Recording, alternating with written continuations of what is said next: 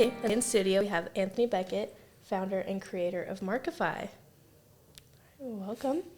You want to tell us a little bit about yourself? Yeah, thank you so much for having me on. I'm really excited to be a part of this podcast, and a lot of my business came out of the EIC, and I think seeing this, it just makes me so happy. But thank you so much for having me on.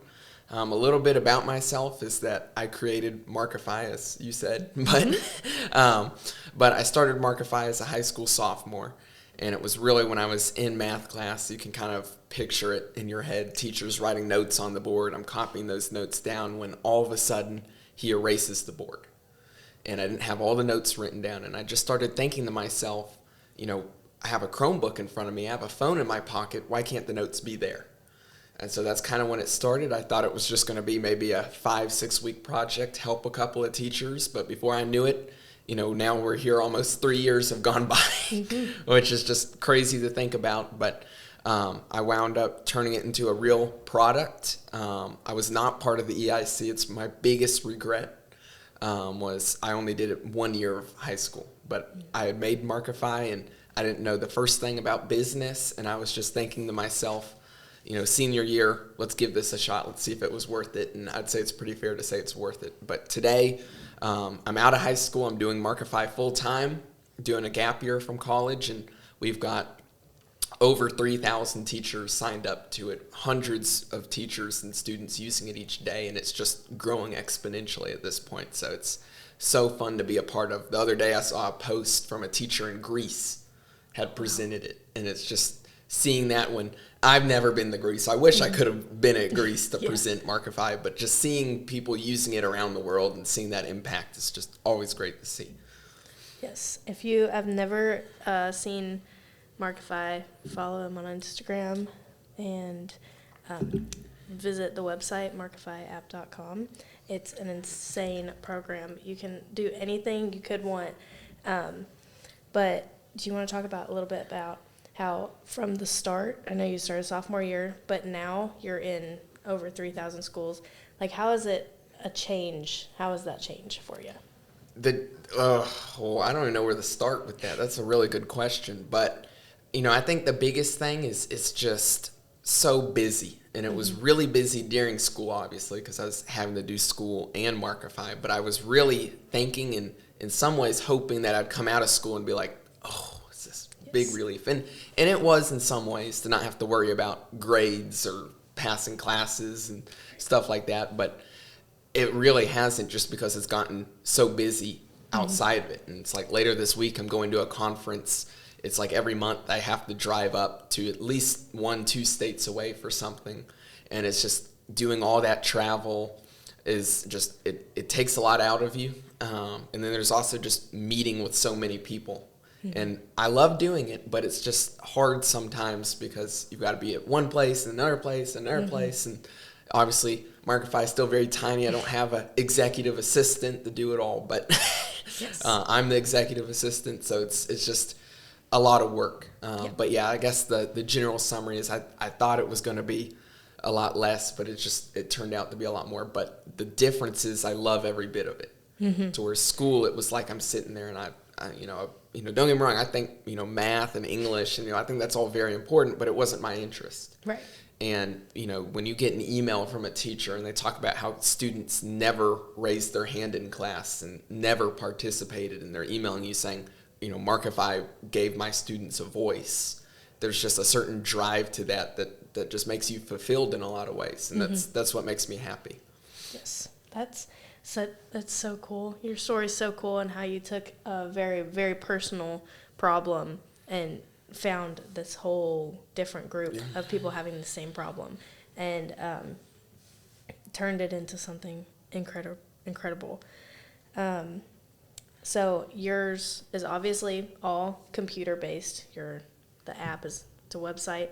People use it on the computer. How has technology? Because, you hear a lot about technology is the future. Technology is the big AI.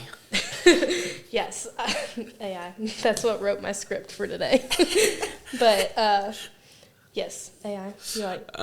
Well, I think the big thing, first of all, I've always been a technology person. I'm sure you could tell. But, the story I always say is when I was 3 years old, I would flip over laundry baskets and put my toys underneath and then take some string and jump rope and connect it to my playhouse and say that that's the air conditioner for my playhouse. Aww. And by like age 5, I could tell you pretty much every part of an air conditioner.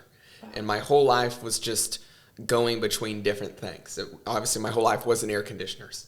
I mean, I'm sure you can imagine my mom panicking. It was people in class, or I'm going to be a firefighter, I'm going to be a police officer, and I'm just like, I'm going to be an air conditioner repairman. And so my mom was obviously panicked, but as time went on, though, it just kind of, I kind of pivoted and changed. It went from air conditioners to the power grid to there was a doorknob phase of my life. But a whole lot of my life was physical stuff, mm-hmm. I like to say. I was never a big fan of digital software because it wasn't tangible. I couldn't hold it. And I wanted to do something I could hold. But finally, about, 6th grade, halfway or so through 6th grade, I started trying out coding for the first time. I have to credit my mom who signed me up to a coding camp, which I didn't want to do, but she forced me and it wound up working out. But what I learned is it wasn't about the coding or the mm-hmm. computer that the code's running on. It's about the impact. And when you see people, at the time it was video games, and I was never a big video game player, but seeing other people play video games, it was, there was that same impact of something tangible. Mm-hmm. What's tangible is them benefiting, them finding enjoyment out of a software, out of a program. And so I started in games. Come high school, I left video game development because I suck at art, and video games need a lot of art. Yes. And so, but I did have some minor success. I made a few thousand in middle school off of it, but I wound up going to websites and apps. Yeah. But anyway, in terms of the, technology, the thing is, I think it is the future. And what I think in a lot of ways contributed to me doing Markify was I thought that classrooms were not taking good enough advantage of it. Mm-hmm. We have all these Chromebooks, and obviously Williamson County Schools here and the EIC is very, very fortunate. I mean, mm-hmm. the school district spends millions on just software for the classroom. But I've gone out to so many districts at this point where, they have computers because of COVID, mm-hmm.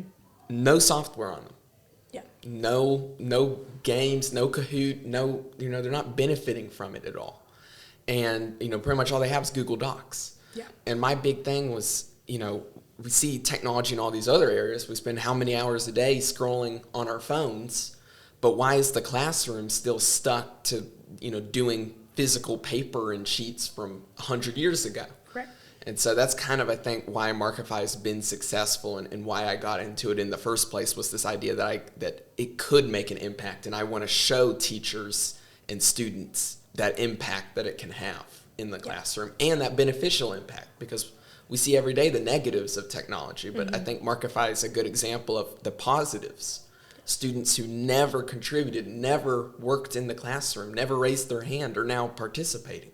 Yeah. And seeing that impact is just, I think, really beneficial and really shows the power technology can have, because it has its pluses and minuses. Right. But yeah, I just think overall it's just amazing to see that and be a part of it too, obviously.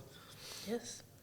What are some your biggest challenges that you faced moving from just an idea to this now a real product? I think the hardest thing is, well, obviously I was a technology guy. I was mm-hmm. never really a big business guy. And when I did Markify, like I said earlier, it was just going to be a small project. I wasn't planning to make it into a business. But as time went on and I saw more teachers using it and thought, maybe this is something I could do as a job. Mm-hmm. And I had always thought in my head, I'm going to be a software engineer at Google or Apple or something. But what I realized is when you're working at a company like that, you're just doing what they tell you. You don't get to have creativity. You don't get to do anything else. And I realized coding wasn't what I liked doing. What I liked doing was, building this product and ideas. And coding was just kind of like that hard work that goes along with it. And so I think the hardest challenge has been realizing that, it's not about the lines of code. It's not even about the tool itself in a lot of ways. when it comes to doing a business, there are so many aspects to it, as I'm sure you know, where it's not just about the product. It's how are you marketing this product? How are you getting it out there? How are you going to wind up profiting off of it? Right. Because at the end of the day, as much as I wish I could give it away for free and be completely happy, to be honest, at the end of the day, the servers have costs to them, right? And going out to those conferences have costs to them. And so, and then hopefully one day I hire some people, obviously that's got costs to it. And so if people are going to do it, they have to be, making money to pay for it.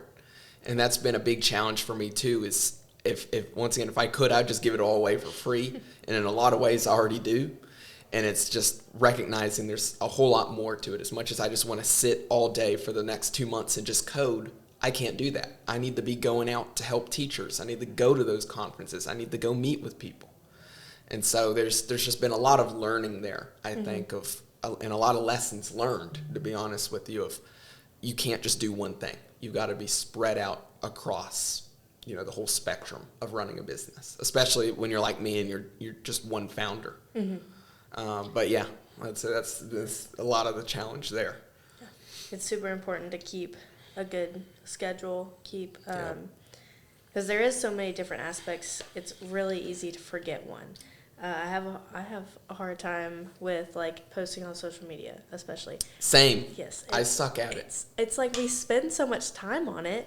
It's like, why can you not remember to post for your business? It's so hard. That teacher I was telling about earlier in Greece, she put out a post, and I had told myself, I'm like, I got to repost that on Monday. I didn't want to do it on the weekend because no one looks, and I wanted a reason not to have to do it.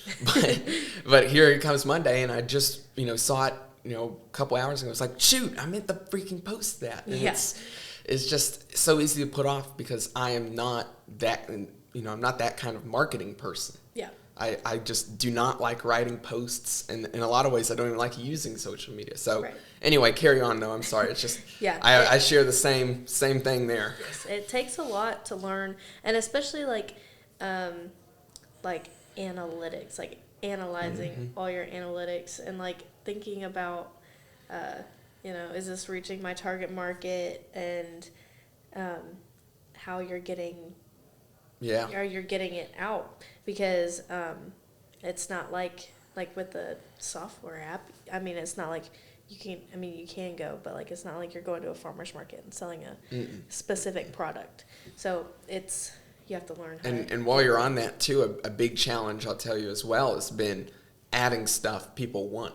There's a big thing for me where I could add all these features and have all this complexity. I could make Markify do literally anything you want in the world if I coded it, right? But that's not what people want. Right. People want a simple app. And so it's so easy. I'm not an educator, right? I'm not a teacher. I don't know what teachers want. And so it's hard because you've got to check in with your target market. You got to check in with your consumers and see what do they actually want? What are they willing to use? What are they willing to pay for? Yes. And that's always been a challenge for me because, once again, I would just go and add everything I want and not think about what other people actually want. Yes. We learned about that in the IC this past week, is you have to either meet in the middle or meet your target market. Yep. Because it's not about you. Right. People are not going to buy what you want all the time. So you have to learn what your target market is, learn how you're going to get it to them, and all that. Do you see yourself exploring other industries, or do you always want to stay in this technology? What does your future look like? How am I supposed to know? I know. We focused a lot on that in our last 2 episodes, and it's the 2 girls that I interviewed, they know exactly what they want in life. Yeah. I'll tell you one thing. If you told me 2-3 years ago I would be, doing ed tech and even running a company, I would say that you're crazy. Yeah. Because I just did not see that happening. I did not see this route going. I saw myself going to college. And so I think that's the thing, is a lot of times you just got to, be open to where life is taking you. And if you're always closed off, if you refuse to go and check out opportunities because you're like, that's not what I want, you're not going to get anywhere. But for me, in terms of at least where I think I might go is, I think a lot of the technology in Markify can be used in other places. And so obviously, there's a lot of real-time technology since it's collaborative.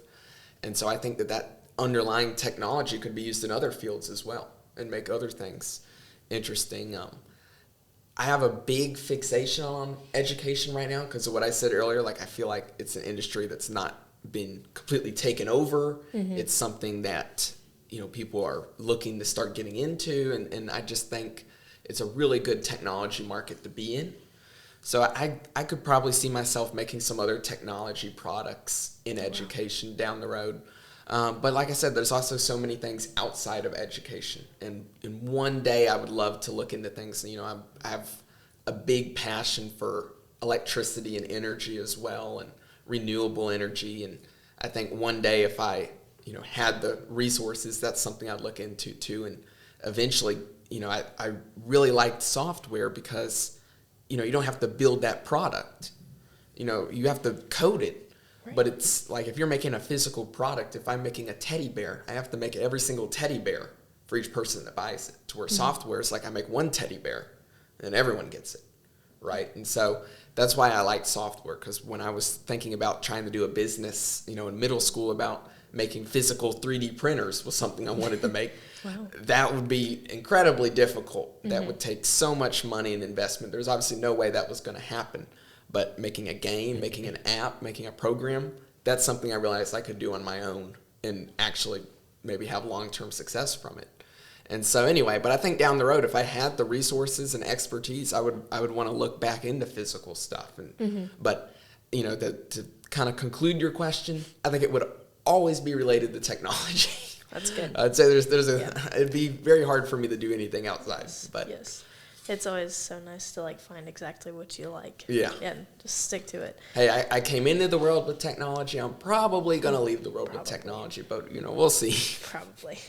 Can you share one of your biggest failures and how you learned from it?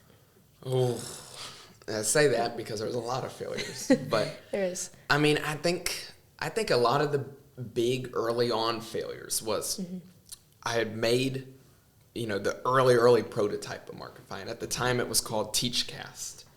And that name didn't stick because someone else had that name. But that's what it was called when I started it sophomore year. And I spent a couple months building out the first prototype and getting that kind of working. And it was not going to be collaborative. It was just going to stream the teacher's board to the students. It wasn't going to have the collaborative aspect Markify does now. And the thing was, once again, it was just going to be a small project. It wasn't going to be a long-term business. But when I went to teachers, the very teacher, my very math teacher that it started with, they said that they couldn't use it. And I was like, why? Because it's not approved. Because the school district has to approve all software. And I think that's when I was kind of faced with two doors of I could either, put this, stop working on this and just go back to working on something else. This is going to be way bigger than I thought it was. Or I'm going to have to get into this. And this isn't just going to be a small project. There's no such thing as my teachers using it as a small project. I'm going to have to get into this and go that 2-year route. Yeah. And I wound up, obviously picking that 2-year route. And luckily it worked out and, better than I could have imagined. But I'd say the biggest failure with that is I had to completely throw away TeachCast and start over again. And that was 6 months of work, but there was no way that was going to be able to work because I was, once again, just doing it as a small project. It wasn't made to be scalable. It wasn't made to be secure. And I had to completely start over and learn everything. And I had to spend my whole junior year getting into education. And I like to say that's kind of when my awakening came, and I went from just knowing technology to studying teaching methods and figuring out how teachers teach and what goes into that. And so many aspects there, but that was a really, really big failure, was just wasting that time, I felt like. But once again, it wound up working out, and obviously where would Markify be if it wasn't for what TeachCast had done? Obviously that proved it was viable, it was something people wanted, and I would have made those mistakes in Markify. Yes. Yeah. It's important to have those failures, even though they're kind of sad. Maybe they lose you money, maybe they get your self-esteem down, but it's important to have those so you can learn from them and move forward. I guess thinking about it, it's like I've had failures, but none, I just don't know what they've taught me, and maybe I need to look back harder in my past. But every business I've had, I've had so many, and I've just never took off with any of them like full time or as much as I could. Yeah. And so that's what I'm really trying to do with this podcast and my clothing company right now. It's just keep these two going as far as I can. Like, in a lot of ways, that's what I'm trying to do too, because I have all these people using it, but 99% of them aren't paying for it. And so it's not something I could live off of, for example. I still, my parents are still putting a roof over my head. So I'm trying to figure out, is this, and how can I, get this into something that people are actually paying for, where I could actually make a living off of it. Yes. But that's always a big challenge, and I feel very lucky, because even though I look at that as a failure, I still feel like I've been so lucky in the sense of, I've spent 2 years working on this, and it seems to be working out. I could have spent 2 years and 0 people using it right now. Right. So I always feel very lucky, and I always try to look for the good. Because there could have been a colossal failure, and there still could be down the, that's what scares me a little bit, is there could be a road bump, and probably will be a road bump down the line. But I think, the more proactive you can be and looking and trying to analyze and figure out all the different things that could go wrong, you're not ever going to be able to find them all, but the more you can find and correct early on, the better you're going to be. Right. Yes. All about that. Well, lastly, what's one thing every entrepreneur should learn, and your biggest piece of advice? Oh, man. There's a lot that goes into that. Yes. Well, I think my biggest piece of advice, from what I've at least done, but I think this is going to depend, is just, you've got to go out and find people to connect with. And it was always difficult. A lot of people don't believe me because I go up on stage in front of 100 people, or I go on a podcast like this. But inside, I'm like pretty introverted. Like, I usually, if I'm just in public, I'm not going to go up and start talking to people. People need to come up to me, and even then, it's like, I don't want to talk to you. And it was always hard for me, especially when I started the EIC program. It was always so hard for me to go up to mentors that were there. But what I kind of came to is, you've got this patent attorney here, you've got this guy who has 20 years experience in marketing, and, all these different people with so much experience, that if I don't go up to them, I am directly losing out. I'm essentially hurting myself. Right. And I just wound up forcing myself to go up and talk to them. And I think that's what people have to do. I see so many people trying to start a business, and they don't go and find any mentors. They don't go and find anyone that can help them. They just try to do it all themselves. And the amount of things I've learned just by talking to people and just hearing their stories about where stuff went wrong for them, it has helped me so much. And I think that's so important for people to do, is to go out and actually, talk to people and take opportunities. I'm saying talk to people. What I'm really trying to say is take opportunities. Because once again, there's so many opportunities, just like not going up to talk to people. There's so many people that, myself included, have, missed out and regret certain opportunities. But, like a pitch competition you could participate in. Maybe you won't win the money from it, but you're still getting your product in front of 200 people. And so, if you tell yourself every day that there's a whole bunch of opportunities waiting for you, then you'll start seeing, like magic almost. Like, you'll start seeing stuff pop up that's like, that's a real opportunity that could catapult my success. Yes. So it's definitely a big challenge, and I still struggle with it, obviously. I don't even think the most perfect billionaire founder is perfect at it, but you're always going to miss some opportunities, but you have to take those. Yes. And if I hadn't taken those, I would be probably studying software engineering and just having a basic run-of-the-mill job later in life. But I think because I was willing to jump on things, and even though I didn't think they were smart, my gut feeling was, let's do this. Yeah. And sometimes you just got to follow that gut feeling. You got to take those opportunities. You got to talk to people. You got to get mentored. And if you do all that, I think success generally comes naturally. Yes. Listening to people is so, so important, because if you don't listen to your customer, if you don't listen to your mentors, and sometimes if you don't listen to yourself, you're just going to shoot yourself in the foot with your business. Mm-hmm. So anyway, I could go on all day, but I think listening's definitely been my biggest lesson learned, because once again, I could just listen to myself and not listen to anybody and make the perfect product for myself. Yes. And not listen to anything about how to do a business, and then wind up homeless on the side of the street probably. Yes, that's like back to what you were saying. Like, this is exactly why I started this podcast. It's to show other kids that it's possible. Lots of other kids have started businesses with a lot less than other people have, with all these opportunities, showing that your failures only lead to more success. So I really... And here, let me just say too real quick that, especially any students listening to this, what you have to do, and what I was so fortunate to do, is don't wait. Mm-hmm. I've seen so many people say, oh, well, when I get out of college, I'll start my business. And sometimes that happens. Sometimes that works. Mm-hmm. But right now, when you're in school and you've got a roof over your head and food on the table, it becomes so hard. I know so many founders that I've talked to that, they started their business at 45 years old. Mm-hmm. And they have 2 kids they've got to take care of, a wife, a normal job to pay for all that. And mm-hmm.